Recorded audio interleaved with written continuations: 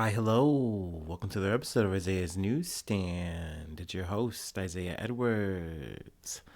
The date is January the 21st, 2024. Hope this episode finds you well in good spirits and high hopes. As for me, I'm doing pretty good. I would say this Sunday is a fun day. I went and did some grocery shopping.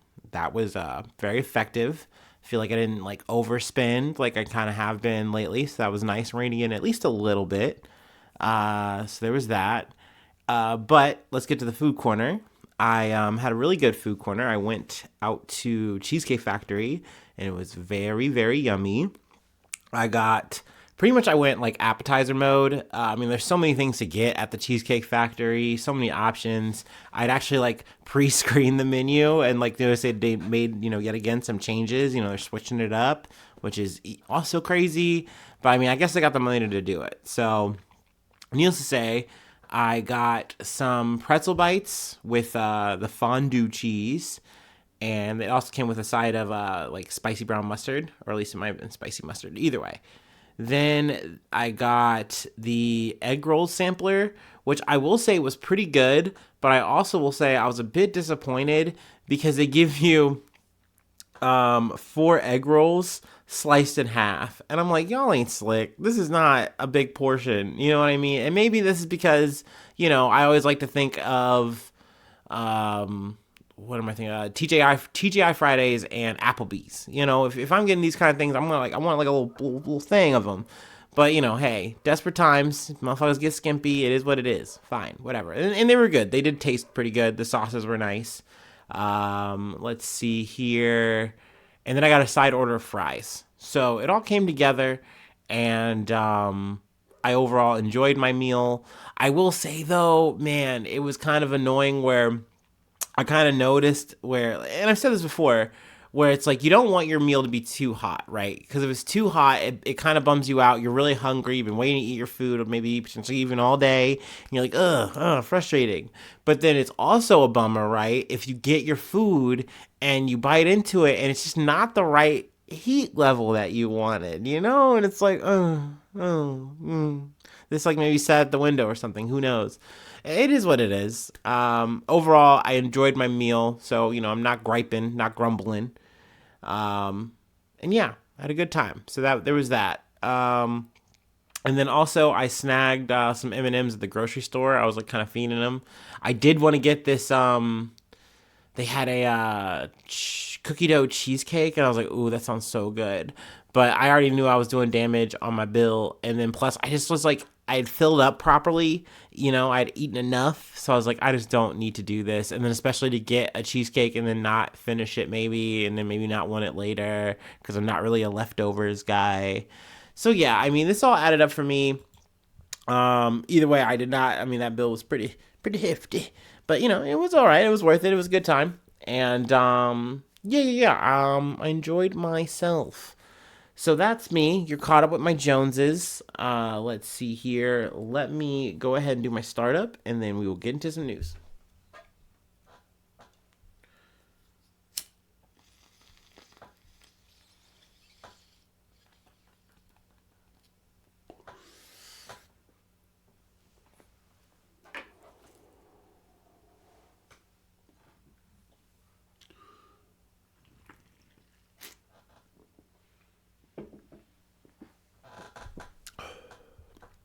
Alrighty. From the BBC, Ernest by Koroma, Sierra Leone ex-president flies to Nigeria for medical care. Sierra Leone's former president is headed to Nigeria for medical treatment despite being due to stand trial for his alleged role in a coup attempt last year. Ernest Bai Koroma was given permission to leave by the High Court on Wednesday for a maximum of 3 months. Sierra Leone's current president has called this a humanitarian gesture, but it is widely believed that a deal has been reached allowing Mr. Bai Koroma to go into exile. His treason trial is due to start in March. Mr. Bai Koroma led Sierra Leone for 11 months until 2018 when current President Julius Maada Bio was elected. A Nigerian presidential jet carrying the former president was seen leaving Freetown International Airport on Friday afternoon. Anonymous sources from the United Nations and ECOWAS, a bloc of West African countries, have told the BBC that ECOWAS has brokered a deal for Mr. Koroma to go into exile in Nigeria if the charges were dropped to ease the tension following the November unrest. So this is a pretty big development. You know, we had last left this off with him facing a treason trial, which was very major, to now him leaving on a jet plane. Who knows if he's ever going to come back again. So yeah, I mean, it also looks at some of his like presidential privileges are going to get extended to him in Nigeria, for however long he's going to be there. So there's that. So maybe this is just one of those things where it eases tensions. It's kind of a win or a compromise for both sides. But also, I mean, there's still plenty of people who were involved in this coup that, led to around, let's see, the attack saw armed assailants storm a military barracks and prison, freeing around 2,000 inmates, authorities said, and at least 21 people were killed in the violence. So, I mean, there's a whole wake of this, and there's people who are being charged. I think even his Koroma's daughter is potentially implicated, and she's still around. So let me just go ahead and read. The former president's daughter, Danke Koroma, has previously been named on a list of suspects wanted by the police investigating the coup, but she has not commented. So, I mean, still, there's a lot going on. Definitely want to keep you posted. I felt like this is a worthwhile update.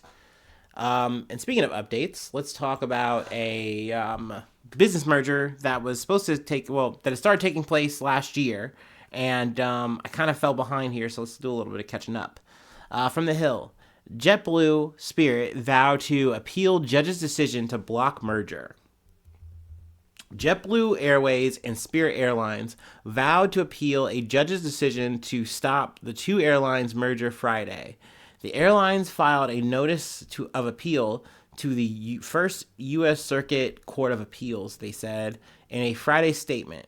A federal judge blocked the $3.8 billion purchase of Spirit by JetBlue Tuesday and said it would substantially lessen competition, violating the Clayton Act, which was designated to prevent anti-competitive harms for consumers. If JetBlue were permitted to gobble up Spirit, at least as proposed, it would eliminate one of the airline industry's few primary competitors that provides unique innovation and price discipline, the U.S. District Judge William Young wrote. It would further consolidate an oligopoly by immediately doubling JetBlue's stakeholder size in the industry. Worse yet, the merger would likely incentivize JetBlue to further abandon its roots as a maverick, low-cost carrier, Young added. So yeah, I mean, I agree with that assessment. I think that, I've definitely heard both sides of it, and it can seem like really enticing, and there's definitely some good in this merger for both sides, and maybe, people at large, but also it seems that people are going to stand to lose over time, in the bird's eye view, and really the people who just kind of make out here are, Spirit getting their payout, and then JetBlue getting, all of these resources, and then being able to be like, okay, now we can up our prices and then not give y'all anything. But and also to add too, not to say that it's so great, Spirit Airlines is so great. I've not heard anything good about Spirit Airlines. In fact, the only good thing I hear about Spirit Airlines is that it's cheap and it is affordable, provided you have a even worse time than you should have, and or potentially don't pay for things that you have to pay for. So it can be a bit difficult. And what I mean by that is luggage fees and things like that. It's yeah, dude, I didn't just come in here with my fucking t-shirt and pants. I gotta fucking have this and that. And it's yeah, we're gonna charge you for this and this and that. And that obviously can be annoying and can rack it up. But overall, it's a cheaper flight as opposed to some of the other airlines. So eliminating that in a merger would be bad for people at large. So, it's a relevant update. We'll see what comes of the appeal, if that, gets turned over. It's interesting times. for sure. We can go and move along, though. Don't want to linger too long. Moving on to another thing. I would say this is sad news, at least just from a journalism perspective, and people who are working, people losing their jobs. If shit fucking sucks. From ABC News, Sports Illustrated publisher terminates most of staff in mass layoff. Union says. Sports Illustrated employees were notified on Friday that a significant number, if not all, of their jobs were set to be eliminated, according to a new statement from the publications union. The Sports Illustrated union posted on X, "This is another difficult day in what has been a difficult 4 years for Sports Illustrated under Arena Group. Previously, the Maven stewardship. We are calling on ABG to ensure the continued publication of SI and allow it to serve our audience in the way it has for nearly 70 years. So, I mean, right now it's kind of up in the air as of what's going to happen with Sports Illustrated, if it's even going to be a thing anymore. But obviously, just the fact that people have automatically just you wake up one day and it's like, oh, so now I just don't have a job anymore. Now I'm not writing. I'm not doing photojournalism. I gotta, do something else now in another, not maybe so much field, but doing it from another outlet potentially. So that's earth shattering potentially. That fucking sucks. Sports Illustrated has been owned by Authentic Brands Group, or ABG, since 2019, but sold its publishing rights to the Arena Group. This week, the Arena Group also announced a significant reduction to its workforce of 100 employees. Let's see here. What else did I want to pull?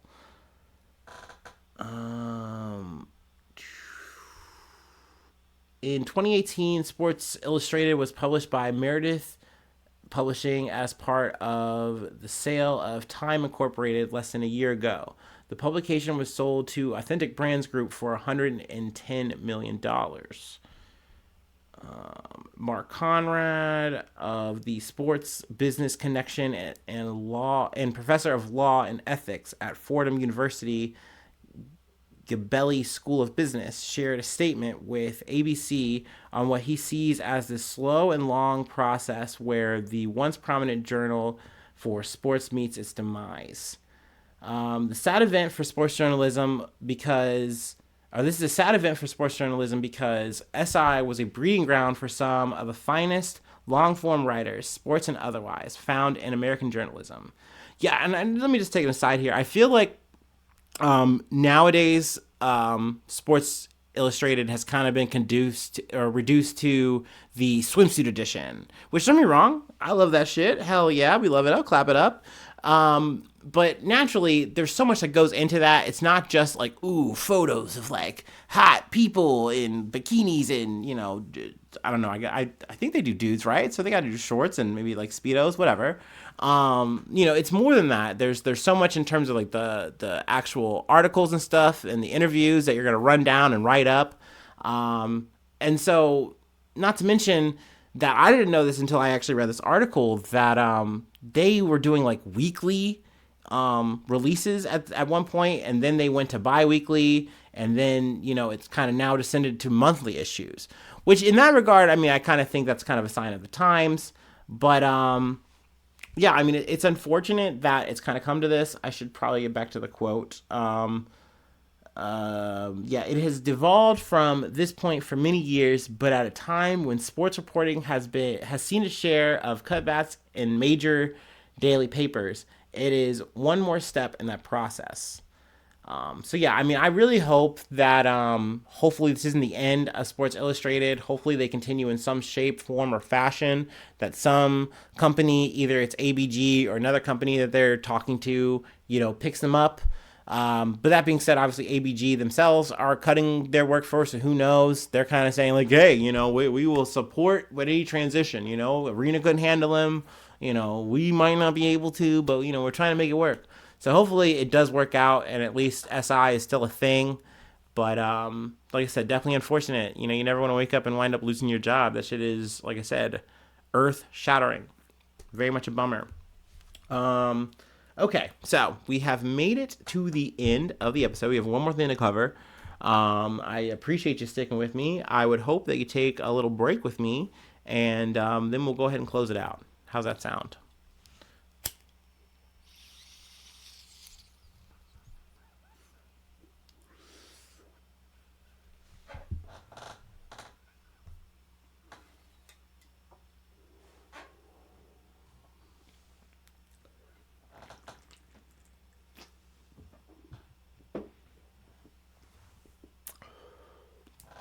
Oh, yeah. All right, we're back. We're back. From CBS News. New Rust shooting criminal charges filed against Alec Baldwin for incident that killed Helena Hutchinson. Alec Baldwin has been charged with involuntary manslaughter for the 2021 shooting death of cinematographer Helena, Helena, I think it's Helena. I'm spacing on how you pronounce her name. Helena Hutchinson's on the set of the movie Rust, according to court documents filed on Friday in Santa Fe, New Mexico. These are new charges filed after earlier charges against Baldwin were dropped in April. So yeah, I mean, they had pulled out of those charges and essentially said, hey, if we find any new evidence or anything comes down the pipe, we are going to refile. And essentially that's what has happened. And it looks like it's going to go to trial, which I was surprised about, considering, like, when I really actually wound up like thinking about like when this took place. I've said this before, I'll say it again. I have lost so much track of time since COVID, and I know it's like such a shitty ass excuse, but I realized, like, and maybe this is just a human thing and I'm just blaming it on 2020, but like, yeah, time just seems so boneless, so like no structure. I can't remember sometimes. Like 2021 just seems like what, like last year to me, but I have to remind myself that no, this shit was like almost 4 years ago. Granted, it took place in October, but essentially they're saying, hey, we have more evidence, more things that come down the pipe. I think a big thing that they've kind of focused on is the gun itself, which Alec Baldwin has said, like, there's no way that I could have fired it because I didn't touch the trigger. I didn't do anything. Like, the gun just went off while he was aiming it at Helena Hutchinson. Now, granted, his defense is like, hey, all of this is supposed to be on the armorer. There's no reason that even there should have been no live ammunition on the fucking set, and it's definitely not my fault. And he also harkens back to his multiple his career experience, being on multiple sets, handling weapons and things of that nature, and being like, hey, I'm very good at this shit. But then you could also add in the argument, well, then why then did you not check it? Well, and then the counter argument is like, well, I thought the ammunition was not real, not live. But then there's another argument here. I mean, there's so many layers to this, in the sense of that Alec Baldwin was a co-producer on this set. And he's involved in hiring all these people and making sure that, hey, like, we are maintaining a safe, efficient environment. And like, I've literally was hearing stories of, like, they had areas offset, like around set, where you could go and do like shooting practice, and they were using live ammunition for that. And like, that's terrible. Like, that's already a fuck up. Like, as a co-producer, anyone on that set should have been like, hold up, something's wrong here. Stop it now. And the armorer didn't, Baldwin didn't. And I mean, you could add that's part of the reasons that led up to this shit. I know I should have the name of the armorer. I don't. I think Gutierrez is their last name. But yeah, so I know that Hannah Gutierrez Reed, I know her trial is slated to go in February, and now Baldwin is going to be going to trial. So there is an update in that. I did not think there was going to be one, and that dropped this week, so I figured, hey, let's go ahead and cover that. So yeah, is there anything else I really wanted to pull? No, I mean, at the end of the day, we're going to be covering this again, so yeah. Oh, and the production for the film resumed last spring in Montana and wrapped up in May. So yeah, I mean, the movie, the show goes on, for better or worse. So I mean, I don't know. I don't know if I'm gonna watch Rust. If you wind up seeing this movie when it does come out, obviously hit me up. Let me know. Ways to do that. You can contact me. But let me do my full shill and my full shtick, and then we'll wrap on out, roll on out. Actually, no, I won't. I won't do all that. You know how to hit me up. You know where to hit me up. It's Sunday. I don't like to shill on Sunday. Let's rest. Let's call it a day. Hopefully, I see you soon for some more good news. I love ya. Bye bye. Mwah.